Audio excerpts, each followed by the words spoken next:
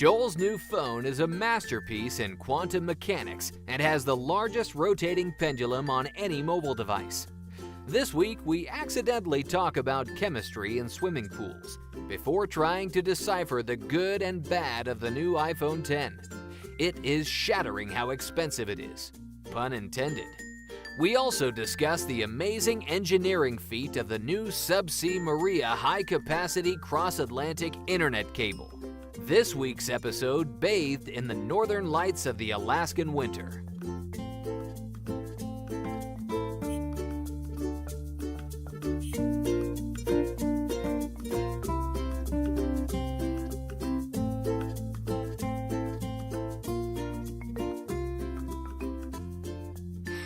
And welcome, dear listener. You have once again landed in the middle of an episode of The Day of the Pain. Well, actually, it's not the middle. It's actually the start. But this sounded better, so I went with that. Yeah. Anyway, this is the show that keeps the jokes fresh and the smartphone choices obscure. As we'll come to in a minute. So how you been, Joel? You're going to wish it was the middle of the show. I know, the end is what I'm thinking every time. Maybe we just go straight to the end. Because we know that everybody wants... Right. Is the joke of the week, right? But we leave it, on purpose. We design the show so that it's at the end, so you're forced to fast forward. Listen to it. Or maybe this time it's not at the end. You have to listen to the whole show to find out. True. Oh, that's the only way there you can figure out. Yeah, I can always tell when it's deer season around here, Lars, because you go out and you go hiking. Did you get attacked by a deer again? You go out hiking or whatever, and people, I'm not sure why, when they kill a deer, they'll usually take it home and they'll get all the meat off, whatever, and butcher it. Mm-hmm. But for some reason, there's this group of people that feel like they need to take the hide and the spine, the skull, and then leave it at these various trailheads that I run and walk on, and most people use around here, and they're usually access. You can drive up to them, which is sort of the logic, I guess. But you keep in mind they're surrounded by millions of acres of woods, and rather than taking the carcass, or like down to a beach or to the dump, they'll leave it right there. And in my mind, I'm always thinking, okay, this is basically bait for a bear or wolf. And why are you leaving it here? And you've taken the time to dump it here. Why couldn't you take it and throw it, 20 feet or 30 feet back in the woods so we don't have to look at it? But anyways, sorry, that's my beef, or I should say my venison for the day. Your beef or your deer? God,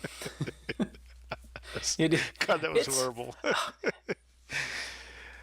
We don't get hunters around. I mean, this is a bit of a morbid segment we've gone into here, but we don't really get much hunting. It does happen here, but we just get roadkill. Yeah. There's just, kangaroos are really, really bad at staying behind fences, and they jump really high, and they're incredibly unpredictable, and big trucks just don't stop. So, yeah, we get lots of kangaroos. Sorry. I love to hijack my OCD this week is better. Yeah, I know you did. My OCD has gotten a lot better this week because this pool that I have, which is, by the way, if you ever consider buying a house with a pool, make sure it comes with a person that sorts out the pool for you. I've learnt this the hard way. So I have a pool that was, it was like pea soup. It was green, sometimes fluorescent green, which is a bit weird. And I kept pouring all this stuff into it and getting tests done for, chemical composition and minerals, whatever else was in it. And it just didn't work. And then I finally figured out what was wrong, and I sorted it out. And my pool is now ready for summer. So it's crystal clear. It looks delicious. My cat drinks from it, and all is well. So your cat drinks. It occurs to me. So you've got this wonderful smartphone and these smartphones with sensors, and I know in particular with RF that, or infrared, you can detect a lot of different things in different fluid and like eyes, that kind of stuff. There's a lot of different ways you can utilize it, and I'm just really surprised that someone hasn't come up with an add-on, like when you go to a store and they'll have the iPhone with a card swipe on it or something, where you can. Mm-hmm. Why haven't they come up with, and maybe there is, and I'm just not aware of it, which is most likely, but some sort of an add-on for a mobile device for testing water? Because, I mean, and really the cool thing about that is, as a manufacturer, you can send the information right back to them, and they could probably just ping you right back with, what you need to do, to what you need to adjust based on the results of that testing. Now, I make that sound really simple, and I'm sure it's very complex, but You did, because it's not. So yes, you get a test done. So this is this is a tech show, and this is actually very technical, because when you get a pool sample analyzed, you go to, in our case, we go to a hardware store, wherever they sell pool supplies, usually can do it. And they put the pool water that you bring to them in a little bottle into a cartridge. And that's pretty much all they do. And then they put it in the machine, and it does the whirly thing and does some analysis, and it plugs it into the computer, and you get a report out. is right? whirly a Based technical on, you told term? them what kind of pool it is, how. Oh yeah, that's technical term. And then you get a report that says, based on is your pool a concrete pool? How big is it? A whole bunch of range of things that don't change. What kind of filter? All that stuff. You then get how much chlorine is in it, how much uranium, how much plutonium. I don't know, all the different chemicals that are in it, and it then gives you a report on what you should do to get it back to scratch, right? And this seems really simple, because it comes out with a report that says, oh, you know what, your chlorine is low, you need to add chlorine, it's a bit hard, you need to add some scale control for hardness, or, you need to remove the phosphor with this stuff, and you just go, oh, okay, I'll just follow the list. But that's not how it works. So I found out the hard way that because this pool was green, all the levels were right. And all the tests we got on paper looked perfect. Like, it had, a bit too much chlorine in it because we're trying to get rid of the green, but nothing ever happened. It just stayed green. It turned out that the stuff that was in the pool needed a different compound that didn't come up in the tests, that you then put in there and left overnight, and then it bound to all the crap in the water that fell to the bottom. You vacuum it up. And you did that twice, and then you sort out all the levels. And then coming back to your question, can't we just get a smartphone thing you plug in and get, and put in the pool? Well, they put a thing in to measure the salt content. You can buy that thing, but they only give you the salt content. Then you can buy a thing that measures the chlorine, but that only measures the chlorine. So you can buy 8 different gadgets and then try and figure this stuff out for yourself, and it's just impossible. Having a pool is like having a chemistry degree. It's just ridiculous. So this would be my retort, is that, so are you telling me that the chemical makeup of the pool is more complex than the human body? Because, they can stick something on your finger that can measure the percentage of oxygen in your blood that uses infrared light. So what I'm suggesting is that there's potentially an opportunity here to simplify. My guess is that the reason it's set up the way it is because you have a fragmented market that has a limited number of players, and they have an investment in these tools that you're talking about, as to the resellers. For sure. And so there has to. I just think there has to be a way to make it simpler. But anyways, we weren't going to talk about that. But it just kind of came about talking about pools. But it is an interesting, if you look at it as a nerd, it is an interesting exercise in figuring out and like debugging your pool. Yeah. But having to actually do it, day after day, figuring out why this thing is not looking the way it should and all that stuff, and when you start pouring 3 liters of pure acid into your pool, you're just going, am I on the right track here? No wonder my skin's a little pale, but yeah, right? that's kind of where you get to. It's acid bath. Yeah, well, I did actually get some of my fingers, and it was slightly tingling. But you could use it. You could use it to. What we were really you could use it to strip your cars if you're going to paint them, right? Just dip the whole body in there. Well, I don't know. You use it to adjust pH value, and you have to the right pH value to make sure your chlorine level work properly, and blah blah blah. It's a chain reaction, right? So it's interesting. I also put 100 kilos of salt in there. It's just how it works. What we were actually going to talk about, I love it. is yeah, it's the bane of my existence, was the new iPhone 10. And we're not the people, probably, if you've been following us, either me or Joel on Twitter, we're not the people you normally would associate with talking about Apple products. And yeah, since Windows Phone has kind of got a bit of a demise, yeah, we've gone on to other things. Like last episode, we were talking about which phone Joel should have next, and I think you're going to adhere by the people's opinion, as far as I can tell, and try out something you probably wouldn't have chosen yourself. I think so. So we got a few more days, but most of it is Android. Yeah, there's some pretty interesting responses, and I've learned a lot, and also, found out some phones that I wasn't even aware of. I guess it's Exactly. It's been a really interesting proposition. Yeah. Well, I think so too. I've certainly learned just from following that voting, which will be over by the time this show's out, but it's still live at time of recording. And I don't think whichever one of those phones you get, obviously no one's voting for the iPhone. Yeah. It could be interesting. But I thought we should still talk about the iPhone 10 because it is an interesting device, and it is kind of pushing the boundaries in some ways, even though you could argue most of the features are some things that have been there before.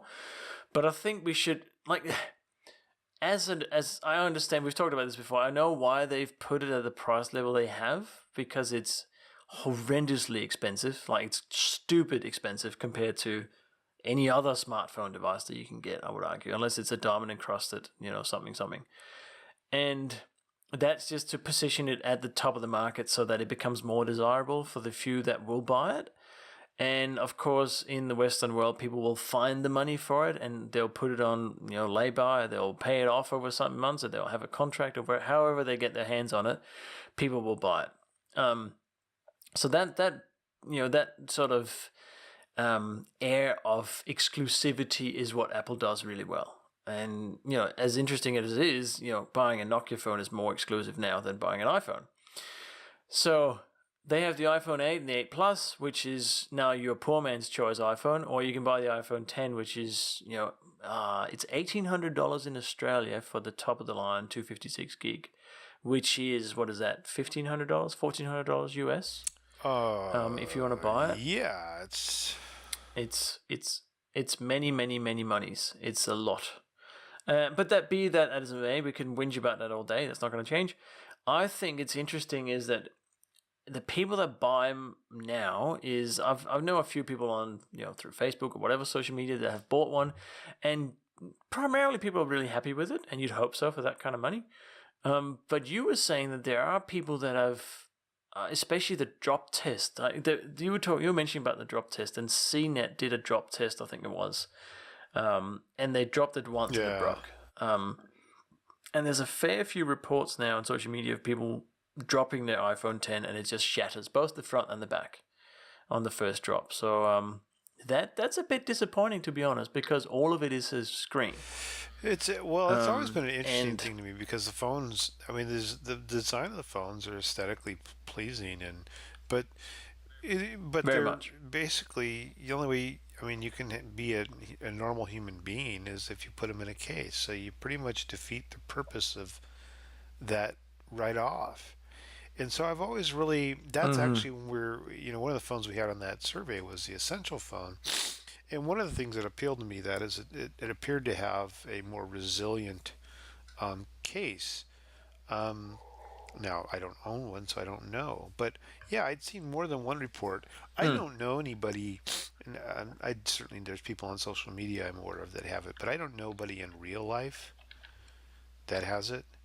In the iPhone 8s, yeah, no, a couple. You do? So you people that, the people that I know that have iPhones and are sort of the one guy's got over 10,000 downloads on iTunes or whatever. He's sort of a long-term iPhone user since the beginning. Didn't upgrade, and I'm kind of curious if there'll be the upgrades won't be to that phone. They'll be to the step down. I don't really know. I'm just sort of wondering about that out loud. I'd also heard a fair amount of back and forth online about the merits of the security, um, and then I think you'd mentioned some reports of burn-in, but I don't know if that was from the Pixel 2. I know that phone, there were some concerns about that. Yeah, no, Apple has come out themselves and said because the whole screen is now, the whole phone is now a Yeah, screen, right? There's no button anymore. There's no home button. There are certain areas of the phone that always display the same, information. Chrome Yeah, essentially. Yeah, and apparently they're saying you could expect burn-in in that, and I think that's just terribly disappointing. There's kind of the backlash that the Google got with the Pixel 2 from the LG displays that they used.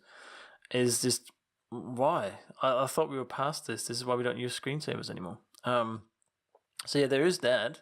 It's come out and say, yeah, well, the iPhone 10 will probably have burn-in at some point. I think that's what the report said. I didn't actually read all of it. The other thing is, though, that I saw a camera test. So one of the things that Apple has done really well lately, especially with the iPhone 7, was that the camera on it was really, really, really good, right? They really upped their game. And yeah, you could argue that it's because they hired the top Nokia camera engineer. But nice, anyway, Lars. let's not go there. That's professional grade snark. I like that. I thought I'd just put that in there. No, they got really good, right? And even had a 1080p front-facing camera, which is unusual. So I saw a report now on the new iPhone 10 and the new Samsung Galaxy Note, I think 8 or whatever it is, the one that doesn't catch on fire. They Jesus, you're got on a all roll. the jokes. They he did a side-by-side test, and in the majority of those tests, the Samsung camera was just miles ahead. And I'm not saying that the iPhone 10 is a bad device or bad camera, but the Samsung camera was just so much better in something like image stabilization, or the microphone sound for videos was much clearer, or doing the slow-mo videos at 120 hertz, or like all of these different things were just so much better. And I'm kind of disappointed on that. You bring that up because of my one of my siblings, who's he's the other Lars in my life, my brother Larry. He has I believe he's got a Samsung, and he has his own YouTube channel with just various crap from Alaska. And I shared a video today of his son, who's not quite 3, with an orbital sander sanding a wood slab table that he's making, which I thought just cracked me up because it was so funny. So I shared that. But anyways, what struck me about it was the quality of the video. And I was looking through his channel, all these videos were taken on his phone. And you have to understand that Larry is worse than me when it comes to taking, I don't think he would disagree with this, taking care of stuff. I mean, he beats the crap out of stuff. He's run a sawmill, commercial fisherman. He guides, charter fishing in the summer. And I was really struck by the quality of the video because I don't know why. I was like, whoa, really? That was on your camera? Especially some of the video up the Unic River, because that's really remote. Anyways, I digress. Yeah, I was really sort of struck. I'm not really sure. The only reason I could think of somebody would get that camera or that phone is because they just want to have the latest and greatest. Because if you just look at it sort of objectively, you can save $400 or $500 and get pretty much everything you can get with that phone. You just got to remove the Apple logo. Yeah, pretty much. And I'm not saying that it's a bad device or a bad camera, but I'm just saying that for that premium pricing, for that massive, massive extra cost, I would expect everything to be top notch. And the Samsung camera was just miles ahead. It was so much better. And I must say, I've been using this Google Pixel XL, the first generation, and the camera on it is just so good. I did not expect anything either, to be honest. I didn't buy it for the camera. It is fantastic. It is really, really good. And the software, the camera app just has the most amazing features with panorama and lens blur and all these sort of things. And that's not a super expensive device. Yeah, it's top of the line, but it's half the price of the iPhone 10. So that is kind of just, a bit disappointing to me that they didn't go all out on that, or maybe they did. Maybe that was the extent of their ability. I don't know. But certainly, it doesn't have anything on the top Samsung device, which is probably their main competitor, I would argue. I don't think, you know what, I don't really think there's, I don't think there's a competitor. I don't think that phone, a person that's going to buy that phone is not thinking about buying a Samsung or a Pixel. I think, No, probably not. I think you go one notch down, um, and if you get outside the United States and some of the European markets, I think you could argue that people might go with a higher end, say a Google phone or one of these other options. But I really don't think they're competing with anybody with that phone. People are either going to buy it that want it or they're not. That's just my opinion. I don't know. Yeah, I think you're right, and it's probably what the market is as well. The other thing that I wanted to touch on was just the whole facial recognition, and I know we talked about that before, and I still think it's a great idea, and I think it definitely seems to be the right step forward, and it works. It just works beautifully. So hats off for that. I think we'll see more of that kind of Kinect-like features in terms of recognizing, whether it's a face or a hand gesture or whatever it might be. I think that has real potential. Yeah, I think that's an area where I did see a fair amount of. I mean, there was a lot of back and forth online about that.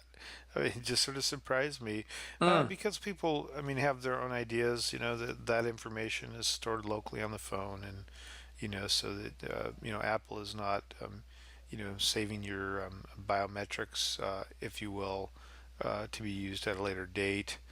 I guess I don't necessarily trust any company explicitly when it comes to that information. I think it's always buyer beware. So Equifax. I mean, we talked about them before. That trust them with all of their information on their credit card history and buying history, and look how that worked out. Well, you don't have a choice. Yeah. So anyway. iPhone 10. Let us know if you bought one and what you think, and let us know if we're completely off the rocker here and what we're saying. I have a friend that's an art teacher, and she's been very happy with it. So it could be me that's just completely off, but there's a few flaws there. Not that will discourage people that want one from getting one. But yeah, I don't. Not something I could justify when there are devices that will do the same things better. Maybe not looking as good, but definitely do One it of the better. other questions I had for people listening, and I didn't really, it's hard to put it in a survey on Twitter or whatever, but so moving from a Windows Phone to another device type, and maybe you have an opinion on this, is it easier to just start new, or moving other accounts over? Are there problems or sort of inherent problems with moving other services to these other devices? And maybe that's a topic for another day, but I was just kind of curious for things, say, OneDrive, if you use that, or Skype, or some of these other services, they're sort of, or Outlook. What are the pitfalls? Yeah. Well, I came from Windows Phone as shouldn't be a surprise. And the first thing I did with this Android device was to install all of the Microsoft apps that I've been using all along. So that'd be Skype, OneDrive, Office Lens, the Office Suite, Word, Excel, blah, blah. Cortana, my Azure client. And in most cases, it works better, I'd say. Interesting. Outlook in particular, or Mail, sorry, Outlook on Android is really good. That's probably one of my favorite apps. Have you downloaded? There's a launcher for Microsoft. Have you downloaded that, or is that one that you use? I have. It is now just called the Microsoft Launcher. The main reason I'm not using it is that I set everything up with the Pixel Launcher, which is what it comes with, before I even knew there was such a thing as a launcher. I didn't realize you could change it. And now, whenever you install a new launcher or activate it, you've got to set your whole, desktop, for lack of a better word, up again. And I'm just like, oh God, I don't want to do the whole thing again and put it in folders and but there is, and you can also get tiles. You can get a tiles version, so it looks like Windows Phone, which supports live tiles and it supports, all the same stuff. And that works quite well as well. This is both the beauty and the horror of Android is that you can edit everything. Like you can customize to your heart's content. And you can do widgets, so every app can have a widget, which takes up one or more fields on the screen and does stuff like a weather app might have a weather forecast app. And, my Telstra mobiles plan has a data counter, so I see how much data I've got left, whatever it might be. All these widgets look different now. This is what I liked about Windows Phone. It was always a consistent experience. Not so much here. It all has different design, different backgrounds, different everything. It just... My OCD is not happy because everything looks like it's out of place. And there's just no way around it if you want to use the widgets. So, yes, it's easy to set up. Yes, you can just log into everything and it'll download and sync and do its thing. But it is a bit of a mishmash of things everywhere, really. Sorry to distract you from the subject again. But hey, whatever. No, that's fine. We can talk about that. You can always edit me out.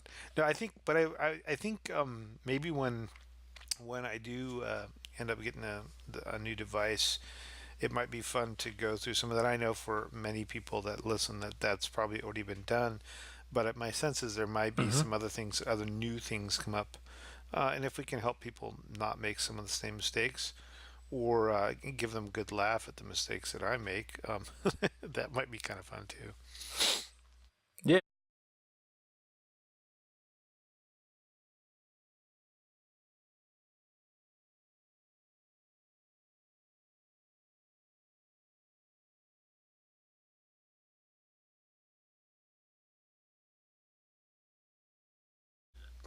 Now, not talking too much about Androids and whatnot.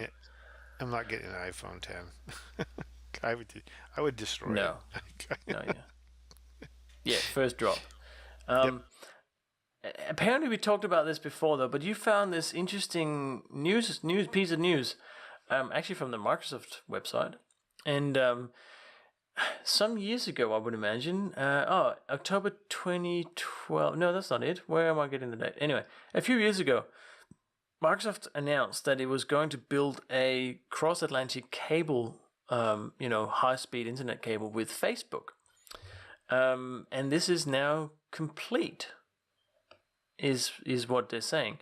And just in terms of numbers, this is just to put it in perspective. The size of this cable is enormous. So it goes from, where did it go from, Joel? It goes from Spain. Yeah, from Spain to the east coast of America. Virginia. Is it Virginia Beach to Bilbao, Spain? Yeah, is that how you pronounce it?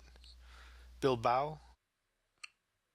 Well, I'm not Spanish, but I think so. I was looking at it going, is it Bilboa or is it Bilbao or is it... I think it's Bilbao. I don't want to sound like a moron. Anyway, in Spain. Yeah, in Spain.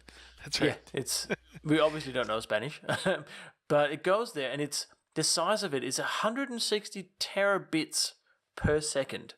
Now, to put it into perspective, that they do in this article here, they say it's 16 million times faster than the average home internet connection. Now, which country are they talking about? If it's Australia, that's not that fast. If it's Japan, woo, that's fast. But it has the capability to stream 71 million high-definition videos simultaneously at the same time, which that's just mind-blowing. Basically, it would sort of handle my kids' average day on YouTube. Exactly. Yeah, exactly. So I thought it's not every house on the East Coast that gets this. Oh, okay. No, it's huge, and it is a big piece of infrastructure, and it's kind of one of those things that no one ever cares about until it stops working, right? We have a cable that is similar, but nowhere near the same capacity. Not that I know exactly what the capacity is, that goes from Australia to the west coast of the US. We have one that goes from Australia to New Zealand, just so that we have internet connection that is reliable. But these long cables still have latency. You're not going to change the speed of light just because you have more capacity. So there's still problems with it, but it does mean that you have this huge pipeline now for serving traffic of the future, maybe of present day. So, and you heard me say this before, Lars, but so when I sort of admonish people who take down or get on Microsoft about not being mobile, keep in mind, everybody, that this data link is primarily serving mobile traffic. And one of the big reasons, one of the reasons they point to this is that during a hurricane, there was an outage back in 8 or 10 years ago that disconnected mobile traffic between Europe and the U.S. It, and so, while Windows Phone was dying, Microsoft was working on, what's going to serve mobile traffic for the next, 20 years. So I don't know. I just think that's kind of funny. And so basically, your iPhone, if you're calling Europe from the States, likely it's going to be going across. Guess what? A Facebook and Microsoft cable. Yep. Yep, absolutely. It's having access to that kind of infrastructure is massively powerful. Facebook here says that, I'll just read this quote from the dude Najam Ahmad, who is the vice president of network engineering for Facebook. And he says here, I like this quote here, it'll allow the company to adapt to future needs and better support its increasingly data-intensive services. The cable also serves Facebook's goal of enabling users to have deep connections and shared experiences with people around the world. What he's saying is that we want to serve more ads. So to do that, we need to know more about people and who they connect with around the world. So we want this cable to be there so that we can collect more data about you. As a bit of an aside, no, I'm not making this up. As a bit of an aside, I was listening to another podcast called Reply All, which is very, very well produced. It's a proper journalism work, not like this rubbish we're creating here.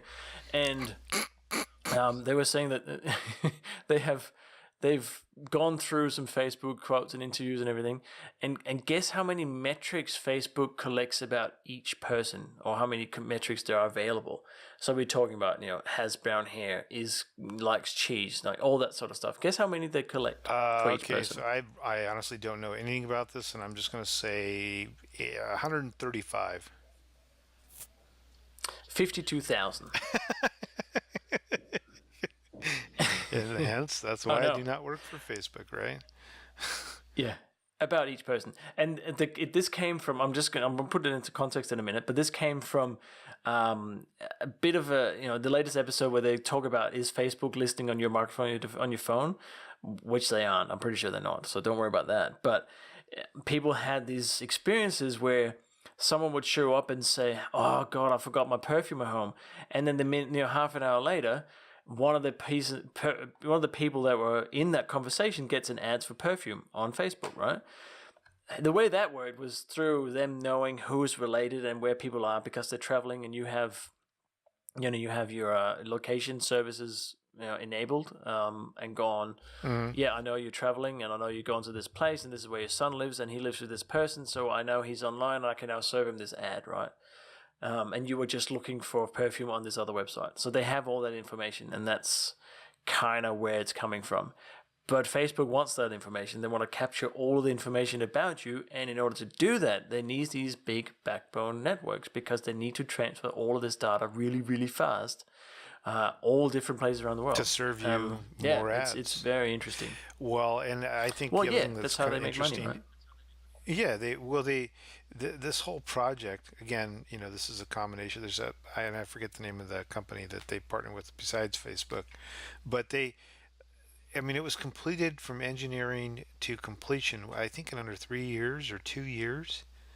It's like almost fast. like 3 times faster than any other undersea transatlantic cable. And because they need it. They just throw money at it. We need it faster. Yeah. What can we do? Speed it up. Yeah, I've not seen anything splitting out, how this will, how much it's going to cost the partners, and what the ROI is on it. I'd be kind of curious. I don't think Microsoft will break that out, but it'd be curious to see that. Certainly, it's going to support all their cloud traffic as well, going back and forth. Yeah, and it is going to benefit everybody. I'm not saying that this is just for Facebook's nefarious purposes, right? It is actually going to improve the quality of the service that is across the Atlantic. And it's not just for Spain and the US. Like, it's whatever's connected. Like, it's all of Western Europe that will probably benefit from this as well.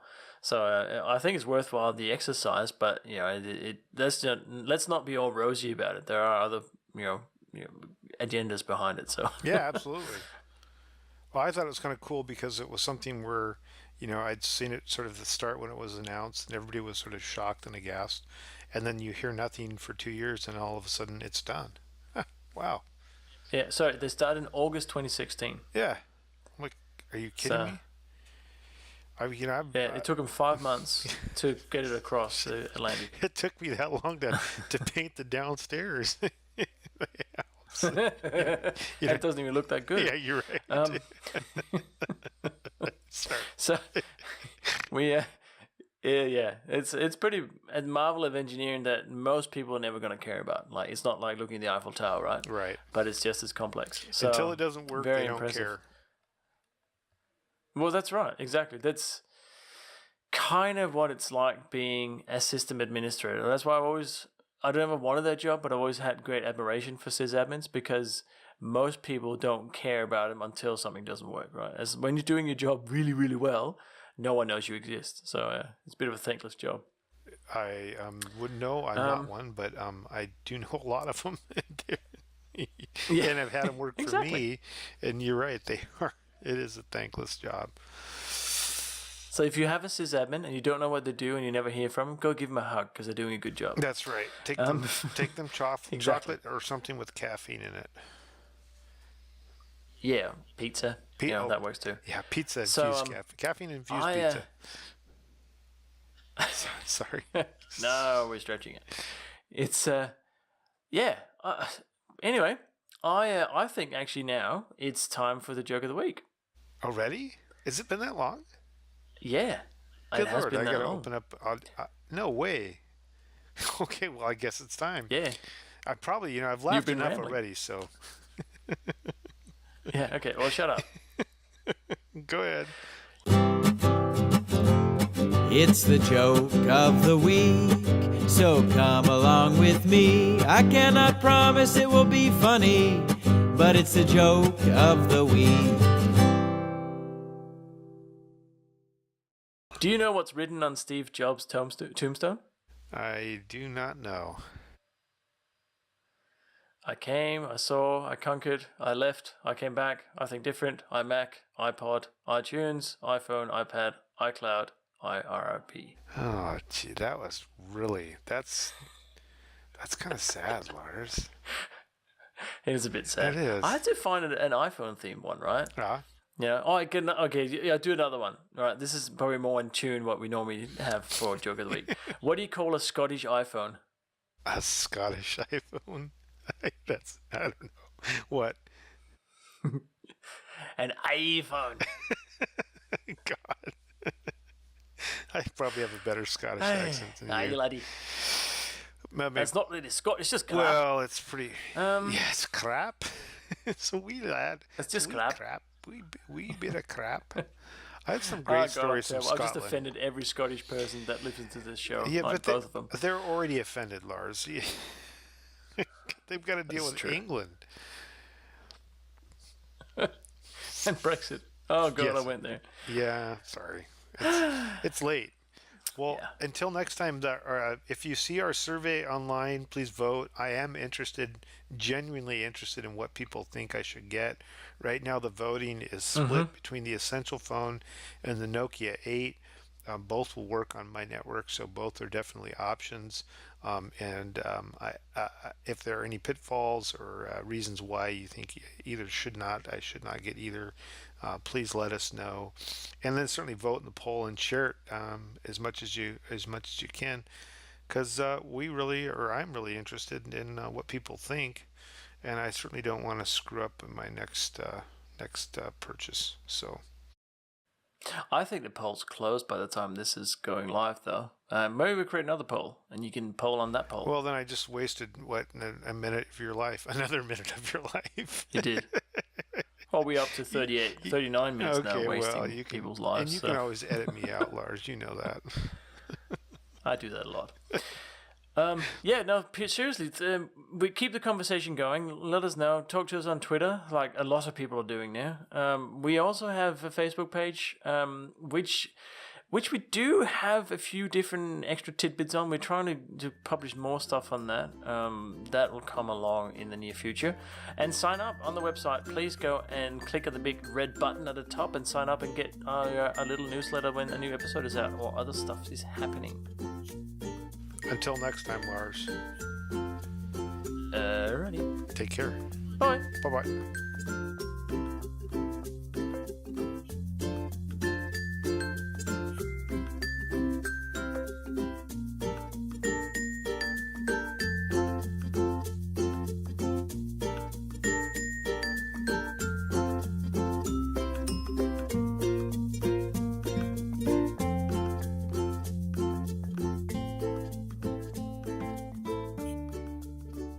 Thank you for listening in on another episode of The Dane and the Pain. We record across the Pacific, across hemispheres, and across time zones. You can find us on www.daneandthepain.com. Our Twitter handle is Dane_Pain, and we are The Dane and the Pain on YouTube and Facebook. We're also on your favorite podcast app, including iTunes, and please join our fan club by clicking the Register Now button on our website to know about upcoming shows and any free stuff we may have to share. See you next time on The Dane and the Pain.